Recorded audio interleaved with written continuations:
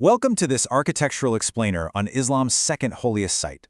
Today, we are exploring an absolutely incredible 1,400-year journey of design, devotion, and monumental engineering.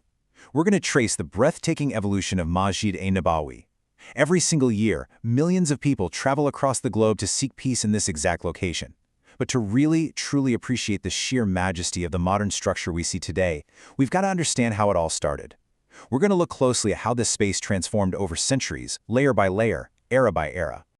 But first, I want you to just take a moment and imagine something with me. Picture the landscape.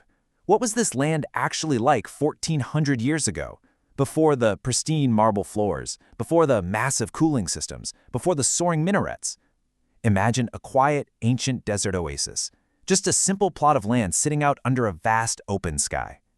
It's honestly hard to believe that one of the most magnificent architectural marvels in human history started out as a humble patch of earth.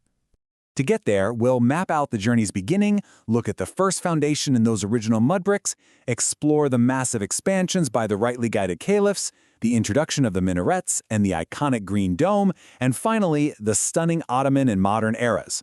So let's start with part one. The journey begins. When we track this evolution, we're dealing with a massive scale of time that is incredibly rare in architectural history. We kick things off in 622 AD with the very first foundation.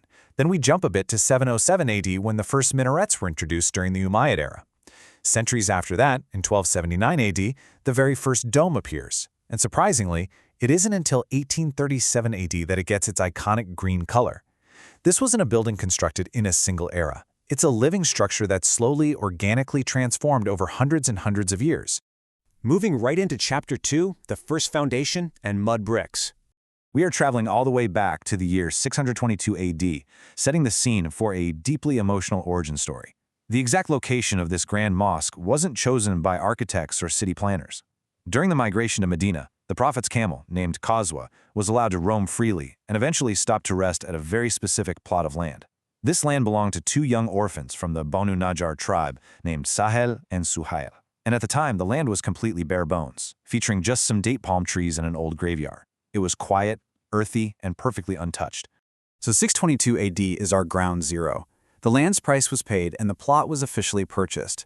But what makes this specific era so profoundly significant is that the Prophet and his companions built this very first structure with their own hands. It was a communal, deeply personal effort to literally lay down the physical roots for their community.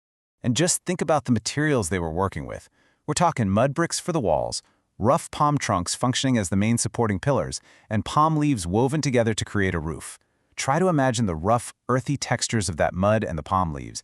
It was a minimalist 7th century structure that blended perfectly into the desert oasis. It stands in such beautiful, stark contrast to the modern luxury we experience there today. Which naturally leads us to our third era, focusing on the expansions by the rightly guided caliphs. We literally see a monumental shift in the architecture here. From those humble mud bricks and palm leaves, we get a massive upgrade initiated by Hazrat Uthman. The structure starts moving toward permanence, with beautifully carved stone walls and rich, sturdy teakwood ceilings. It's an absolute leap in structural design. And this whole era was defined by rapid, necessary growth. As the community expanded, especially after the Battle of Khaybar, the mosque had to be significantly widened under Hazrat Umar and subsequently Hazrat Uthman. These highly practical expansions laid the absolute physical groundwork for the massive footprint the mosque would eventually require. They were building for a booming population, setting a precedent of expansion that would just keep going for centuries. That brings us to Section 4, where we finally see the introduction of the minarets and the green dome. This is such a thrilling era because this is when the most recognizable, iconic features of the mosque finally come to life. Fast forward to the year 707 AD. We're now in the Umayyad era under Caliph Walid ibn Abdul Malik. This year marks a massive turning point for Islamic architecture as a whole. The entire structure is about to get a major aesthetic and functional overhaul. Under the direction of the governor of Medina, Umar ibn Abdulaziz, the mosque took on a completely new form. He officially incorporated the Rose Mubarak inside the mosque's structure. He also built the very first 4 minarets on the corners, establishing that classic striking silhouette we instantly associate with mosques today. And he introduced the first mihrab to indicate the direction of prayer. This era truly cemented the visual identity of the building. Now I've got a quick bit of trivia for you. Did you know the famous green dome wasn't always, well, green? It's hard to imagine, right? When we think of this mosque today, that vibrant green is literally the very first image that pops into our heads. But history tells a very different story. All the way back in 1279 AD, the Mamluk Sultan Al-Mansur Qalawanyud built the very first dome over the resting place, and it was made entirely of wood. It wasn't until over 500 years later, in 1837 AD, that the Ottoman Sultan Mahmud II had it painted that iconic green color. It took over half a millennium for this global icon to reach its final, famous form. It's just a totally fascinating piece of architectural evolution. And that brings us to our final historical chapter, the Ottoman and modern era. We're moving from the realm of basic stone and wood into an era of intricate, breathtaking artistry and staggering engineering. The Ottoman era brought an unmatched level of aesthetic elegance. Ottoman Sultan Abdülmecid I dedicated an incredible 13 years to a massive beautification project. 13 years! This introduced breathtaking calligraphy and intricate marble mosaics that still leave visitors completely in awe today.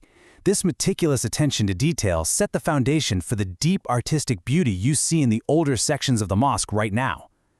Fast forward to the modern Saudi era, starting with King Abdulaziz and continuing right up to the present day, and the tech upgrades are honestly mind-blowing.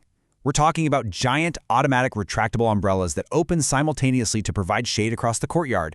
We're talking high-tech marble floor cooling systems to completely combat the harsh desert heat, and the construction of massive capacity halls designed to comfortably hold millions of worshippers at once. The sheer scale of these modern expansions is truly a wonder of the modern world. When you step back and look at the big picture, it is just astonishing. What we've explored today is a 1,400-year evolution. We started with humble desert mud bricks, rough palm trunks, and a simple plot of land chosen by a resting camel. And slowly, layer by layer, through the hands of companions, caliphs, and sultans, it transformed into one of the world's most magnificent architectural marvels, seamlessly blending ancient history with cutting-edge technology. Which leaves us with this final thought. The walls grew from mud to carved stone. The roof changed from dried palm leaves to sweeping, cooled marble and giant umbrellas. The building has completely, undeniably changed. But has its true peace ever changed? Thank you so much for joining me on this incredible journey through history. Keep exploring, keep learning, and I'll catch you in the next one.